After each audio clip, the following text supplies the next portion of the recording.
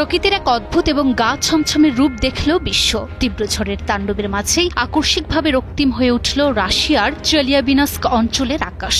দিগন্ত জুড়ে ছড়িয়ে পড়া এই গাঢ় লাল আভা স্থানীয় বাসিন্দাদের মনে যেমন আতঙ্কের সৃষ্টি করেছে, তেমনি মেতেছে বিস্ময়ে। নেট দুনিয়ায় ছড়িয়ে পড়া এই রক্তাভ আকাশের ছবি ও ভিডিও এখন রীতিমতো ভাইরাল। রাশিয়ার উপর দিয়ে বয়ে যাচ্ছে এক শক্তিশালী প্রলয়ঙ্করী ঝড়। রয়টার্স বলছে, গত সপ্তাহ জুড়েই দেশটির বেশ কয়েকটি অঞ্চলে হয়েছে রেকর্ড ভাঙা প্রবল বৃষ্টিপাত।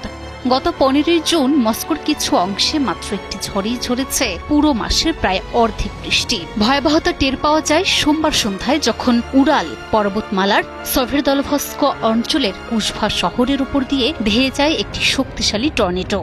মুহূর্তের মধ্যেই ছিঁড়ে পড়ে বিদ্যুতের লাইন, লণ্ঠভণ্ড হয়ে যায় ঘরবাড়ি। প্রবল বাতাসের তোড়ে অন্তত 16 জন আহত হয়েছেন। ডজন খানেক বাড়ি মাটির সাথে মিশে গেছে এবং ক্ষতিগ্রস্ত হয়েছে আরো প্রায় 100টি ঘরবাড়ি।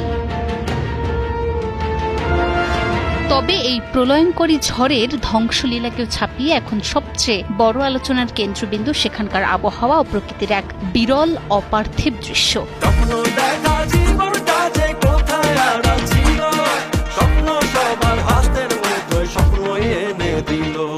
21 জুন রাশিয়ার চেলিয়াবিনস্ক অঞ্চলের রিসার্চ শহর মিয়াসের আকাশ নাটকীয় লাল রঙে ছেয়ে যায়।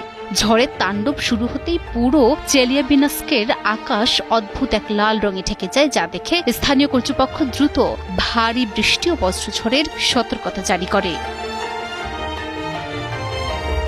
কেন এই রক্তমেঘ, কি বলছেন আবহাওয়াবিদরা? বিশেষজ্ঞদের মতে এটি কোনো অলৌকিক ঘটনা নয়। ঝড়ের তীব্র ধূলিকণা এবং আকাশে জমে থাকা মেঘের ওপর সূর্যের আলোর বিশেষ প্রতিফলনের ফলেই তৈরি হয়েছে এই বিরল, চোখ ধাঁধানো অথচ গা ছমছমে পরিস্থিতি।